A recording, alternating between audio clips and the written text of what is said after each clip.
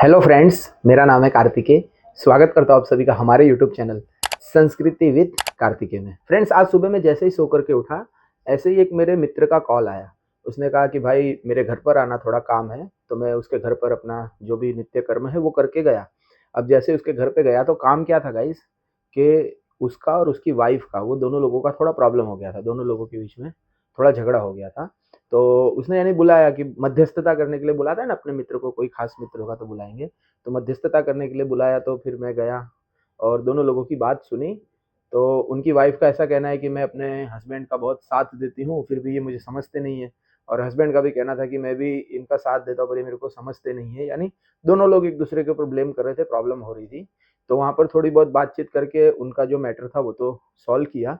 फिर मैं जब घर पे आया तो मैंने सोचा कि क्यों ना इस टॉपिक पर भी एक वीडियो बनाया जाए कि एक पत्नी का अपना क्या कर्तव्य है और एक पति का अपना क्या कर्तव्य है, और हमारे धर्म शास्त्र में हमें इससे क्या सीखने को मिलता है, हमारे आइडल जो भी भगवान है उनसे हमें क्या सीखने को मिलता है।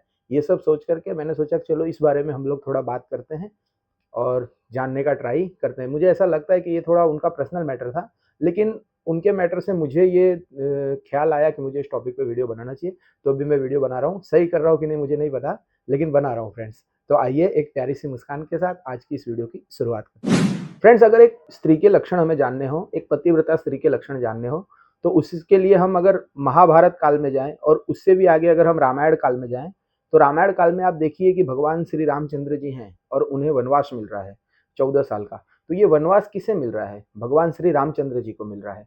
लेकिन फिर भी साथ में सीता माता भी जा रही है। ये वनवास फ्रेंड्स कभी सीता माता को नहीं दिया गया था, केवल भगवान श्री रामचंद्र जी को दिया गया था। फिर भी सीता माता ने अपने पति धर्म का निर्वाह करते हुए क्या किया कि वनवास को स्वीकार किया। बाकी सीता माता को आप देखिए, सीता माता एक राजा की पुत्री है, जो जिन्होंने अपना जीवन जो है वो एक राजकुमारी की तरीके जिया था। और यहाँ पर भी उनकी मैरिज हुई है तो यही सोच करके मैरिज हुई होगी कि भैया एक राजा की पत्नी बनेगी। लेकिन इतना सब कुछ उनका सिस्टम है, फिर भी उन्होंने 14 साल का वनवास स्वीकार किया। किसके लिए किया? क्योंकि अपने पति के लिए किया। अपने पत्नी धर्म का निर्वाह करते हुए, अपने पति के प्रति अपनी श्रद्धा रखते हुए उन्होंने वो वनवास को स्वीकार किया। वहां पे सीता माता ने लड़ाई नहीं की कि भैया मैं तो रानी बनने के लिए आई थी और आप वनवासी बन गए तो इसमें मैं क्या करूं। तो वो एक स्त्री का अपना धर्म हमें प्रदर्शित कर रही है सीता माता। और आप अगर आगे देखते हैं तो माता सीता को जब हिरण की तलाश थी कि भैया ये सोने का हिरण मुझे चाहिए, तो भगवान श्री रामचंद्र जी को भी पता है कि ये सोने का हिरण नहीं है, वो तो भगवान है त्रिकाल ज्ञानी, उन्हें सब कुछ पता है।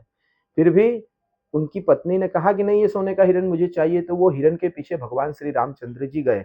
तो वो यहाँ पर प्रदर्शित कर रहे हैं अपने पत्नी धर्म को, कि अपने पत्नी के प्रति उनका क्या धर्म है।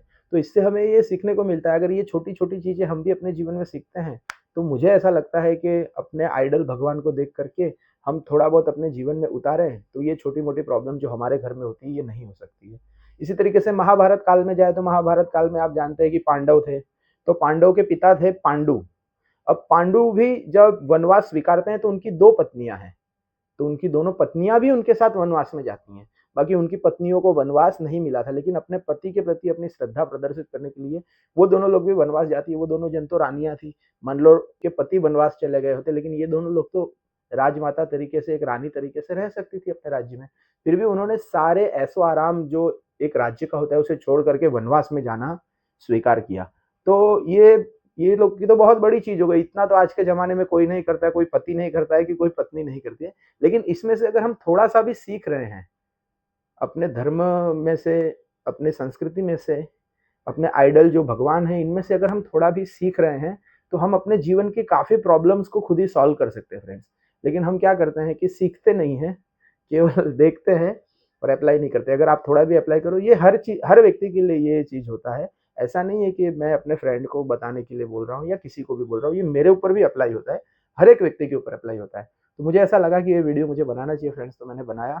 पता नहीं एक्सप्लेनेशन कैसी थी, लेकिन अगर आपको अच्छा लगा हो तो वीडियो को एक लाइक जरूर करिएगा। चैनल पर नए हैं तो सब्सक्राइब करके जाइएगा। मिलते हैं जल्दी नेक्स्ट वीडियो में, तब तक के लिए हर हर महादेव।